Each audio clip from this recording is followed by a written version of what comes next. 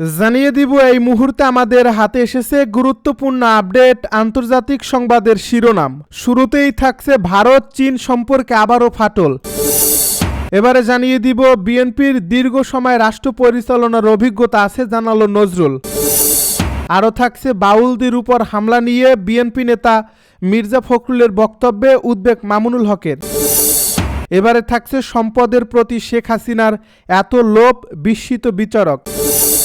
সব শেষে জানিয়ে দিব হাসিনার আরেক লকারে খালি পাটের ব্যাগ স্বর্ণালঙ্কারের সব তার একান্নয় জানালো দুদক। এতক্ষণ শুনছিলেন হাতে থাকা আপডেট সংবাদের শিরোনাম, এবারে বিস্তারিত। তবে তার আগে অনুরোধ রইল ভিডিওটিতে একটি লাইক এবং কমেন্ট করে জানিয়ে দিন ভিডিও সম্পর্কে আপনার মূল্যবান মতামত। আরও জানিয়ে দিন ভিডিওটি কোথা থেকে দেখছেন বা কোন জেলা থেকে দেখছেন।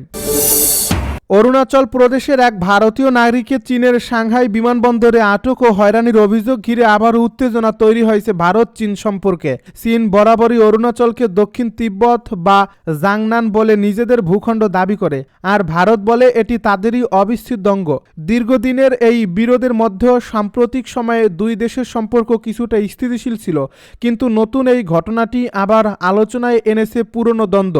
আল জাজিরার বরাতে জানা যায় অরুণাচল প্রদেশের বাসিন্দা প্রেমা ওয়াংজম থংডক যুক্তরাজ্য থেকে জাপানে যাওয়ার পথে সাংহাই পুডং বিমানবন্দরে ট্রানজিটে ছিলেন। সেখানে তার পাসপোর্টের জন্মস্থান হিসেবে অরুণাচল প্রদেশ লেখা থাকায় বিমানবন্দর কর্তৃপক্ষ নাকি তাকে 18 ঘন্টা আটকে রাখে এবং হয়রানি করে। তিনি বলেন, ইমিগ্রেশন প্রেরণের পর এক কর্মকর্তা তাকে আলাদা করে নিয়ে জানান অরুণাচল প্রদেশ নাকি চীনের অংশ, তাই তার ভারতীয় পাসপোর্ট অবৈধ।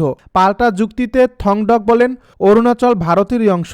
ভারতীয় সংবাদ মাধ্যমের রিপোর্ট অনুযায়ী তাকে চীনা ইস্টার্ন এয়ারলাইন্সের নতুন টিকিট কিনতে চাপ দেওয়া হয়েছিল, নইলে পাসপোর্ট ফেরত না দেওয়ার ইঙ্গিত দেওয়া হয়। এতে তার আর্থিক ক্ষতি হয়। পরে যুক্তরাজ্যে থাকা এক বন্ধুর চেষ্টা ও সাংহাইয়ে ভারতীয় কনসুলেটের সহায়তায় তিনি সেদিন রাতেই শহর ছাড়তে সক্ষম হন।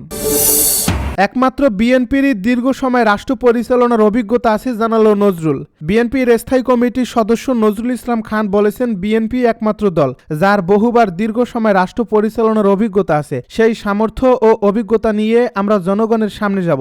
জনগণের সমর্থন নিয়ে দায়িত্ব পেলে আমাদের অভিজ্ঞতা এবং সেই অভিজ্ঞতার মধ্যে যে ভুল করছে তা সংশোধন করে আমরা জনগণের কল্যাণে কাজ করব।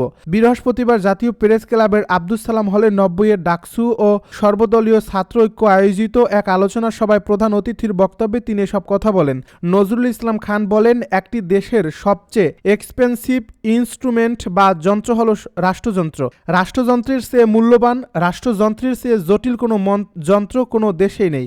আর সেই যন্ত্র পরিচালনার দায়িত্ব যারা চান তাদের সক্ষমতা ও অভিজ্ঞতা এগুলো অবশ্যই বিবেচনার বিষয়। তিনি বলেন, 2024 সালের গণ অভ্যুত্থানের শহীদদের তালিকায় বিএনপি এবং অন্যান্য সহযোগী সংগঠনের নেতাকর্মীদের সংখ্যা বেশি। আন্দোলনে কারা বেশি অংশগ্রহণ করেছে সে অনুযায়ী গুরুত্ব পাওয়া উচিত না, কিন্তু আমাদের কিছু সংগঠন কিছু লোকের কথায় মনে হয় তারাই সব করেছে, কথার ভেতরে মনে হয় তারাই সব করছে আর কি। ভাই, ভেতরে ভেতরে করেছেন, কিন্তু বাইরে আসার সাহস পাননি কেন? বাউলদের উপর হামলা নিয়ে মির্জা ফখরুলের বক্তব্যে উদ্বেগ মামুনুল হকের। বাউলদের উপর হামলার ঘটনা উগ্র ধর্মান্ধ গোষ্ঠীর কাজ বলে বিএনপির মহাসচিব মির্জা ফখরুল ইসলাম আলমগীরের মন্তব্যে উদ্বেগ প্রকাশ করেছেন বাংলাদেশ খিলাফত মজলিসের আমির মাওলানা মামুনুল হক। তিনি বলছেন, তৌহিদি জনতার শান্তিপূর্ণ প্রতিবাদকে ধর্মান্ধতা বলা সংঘাত উস্কে দেওয়ার শামিল। আজ বৃহস্পতিবার দুপুরে এক বিবৃতিতে উদ্বেগ প্রকাশ করে মামুনুল হক একথা বলেন। গতকাল বুধবার ঠাকুরগাঁও শহরের কোর্ট চত্বরে বাউলদের উপর হামলায় 2 জন আহত হন। এই ঘটনার পর ঠাকুরগাঁয়ে অবস্থানরত মির্জা ফখরুল ইসলাম এ ঘটনার তীব্র নিন্দা জানান এবং এটা উগ্র ধর্মান্ধ গোষ্ঠীর কাজ বলে মন্তব্য করেন।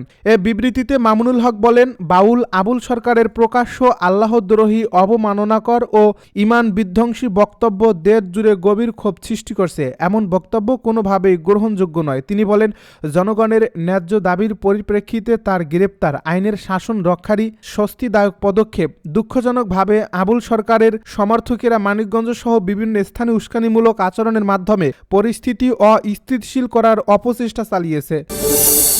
সম্পদের প্রতি শেখ হাসিনার এত লোভ বিস্মিত বিচারক। শেখ হাসিনা একজন পলিটিক্যাল লিডার, 4 বারের প্রধানমন্ত্রী। তার কেন এত টাকা লাগবে, এত সম্পদ লাগবে? ক্ষমতাচ্যুত প্রধানমন্ত্রী শেখ হাসিনার পোলট দুর্নীতির 3 মামলায় বৃহস্পতিবার রায় ঘোষণার আগে পর্যবেক্ষণে এ কথা বলেন ঢাকার পঞ্চম বিশেষ জজ আদালতের বিচারক মোহাম্মদ আব্দুল্লাহ মামুন।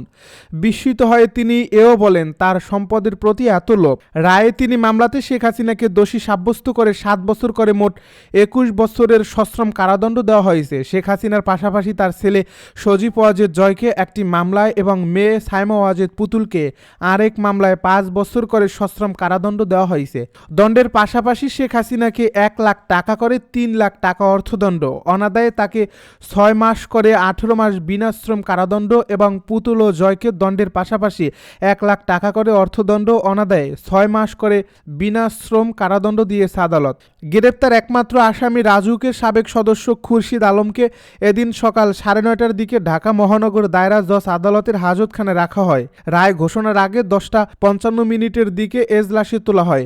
11:23 বিচারক এজলাসে ওঠেন। প্রথমে শেখ হাসিনা সহ 12 জনের মামলার রায় পড়া শুরু হয়। পর্যবেক্ষণে বিচারক আব্দুল্লাহ মামুন বলেন, গত বছরের 5 সেপ্টেম্বর একটি গণমাধ্যম সংবাদ প্রচারিত হয়। সাবেক প্রধানমন্ত্রী শেখ হাসিনা ক্ষমতার অপব্যবহার করে বিভিন্ন অনিয়ম ও দুর্নীতির মাধ্যমে রাজউকের ঊর্ধ্বতন কর্মকর্তাদের যোগ সাজসে নিজ নামে ও পরিবারের সদস্যদের নামে পূর্বাচল নতুন শহর প্রকল্পে 27 নম্বর সেক্টরের কূটনৈতিক জোনের 203 নম্বর রোড থেকে 10 কাঠা করে 60 কাঠার 6টি প্লট বরাদ্দ নিয়েছেন।